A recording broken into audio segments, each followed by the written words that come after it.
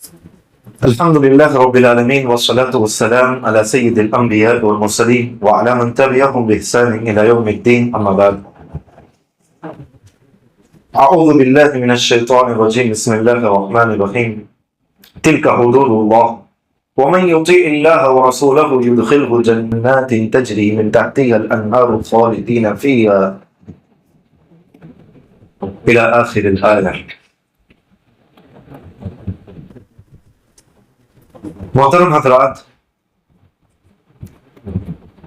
جو آیت کریمہ آپ کے سامنے پڑھی گئی یہ دراصل روزوں کے احکام، جہاں اللہ تبارک و تعالیٰ نے روزے کے کیا کیا احکام ہیں، روزے کے کتنے ایام ہیں، کون کون روزہ چھوڑ سکتا ہے، کون کون اگر روزہ چھوڑتا ہے تو کون سا فدیہ دینا ہے، یہ ساری باتیں بتا کر اللہ تبارک و تعالیٰ نے کہا یہ اللہ کے حدود ہے،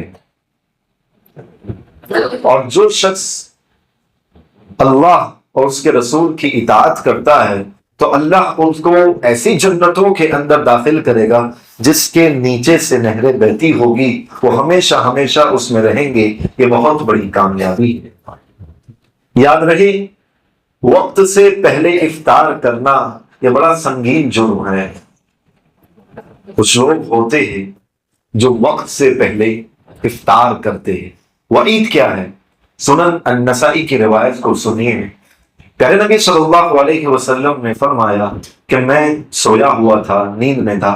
یاد رہے کہ پیارے نبی صلی اللہ علیہ وسلم نیند کی حالت میں جو سپنا دیکھتے، خواب دیکھتے ہیں، وہ بھی کیا ہے؟ وحی کی ایک شکل ہے۔ کہتے دو آدمی آئے، مجھے اٹھا کر لے چلے، ایک پہاڑ کے اوپر لے گئے۔ یہ دونوں آدمی فرشتے تھے۔ خواب اللہ کے رسول صلی اللہ علیہ وسلم دیکھ رہے کہ دو آدمی آئے اور مجھے کہاں لے گئے؟ پہاڑ تک۔ لمبی حدیث ہے۔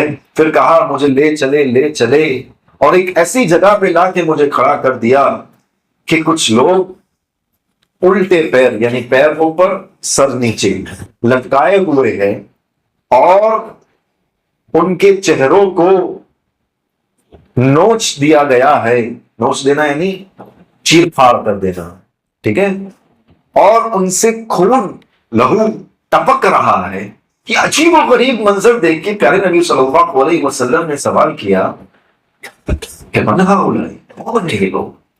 کہا کہ یہ وہ لوگ ہیں جو وقت سے پہلے افطار کرتے ہیں، یعنی احتیاط کے نام پہ دیکھ لیتے، فوراً روزہ ابھی اذان سنی نہیں فوراً کر لیتے۔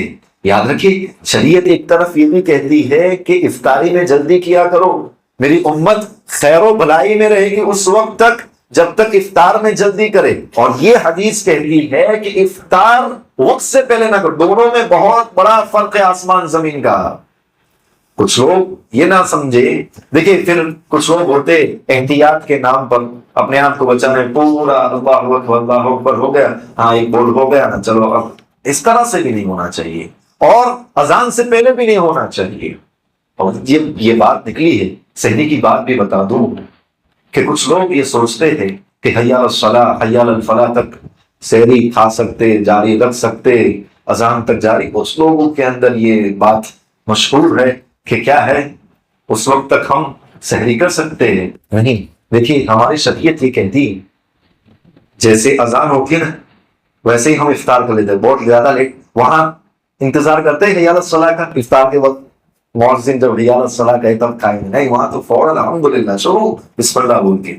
تو یاد رکھو، شریعت یہ کہتی ہے کہ ہمیں جیسے اذان ہوتی ہے ویسے روزے میں داخل ہوئے، یعنی فجر کی اذان جو ہوتی ہے اس میں روزے میں داخل ہو گئے، اور جیسے مغرب کی اذان ہوتی ہے ہم روزے سے فارغ ہو گئے، یعنی روزہ ہمارا ختم ہو گیا، ہم افطار کر لیں۔ اسی طرح ہاں دیکھیے، کبھی کبھی کیا ہوتا ہے، ہمارے منہ کے اندر پانی کا گھٹ رہتا ہے، تب اذان ہوئی تو اس کو ٹھوکنا نہیں۔ شریعت یہ نہیں کہتی، جو چلا گیا وہ چلا گیا، اسے نگلنا نہیں ہے، یعنی اسے اگلنا نہیں ہے، نگل لینا ہے۔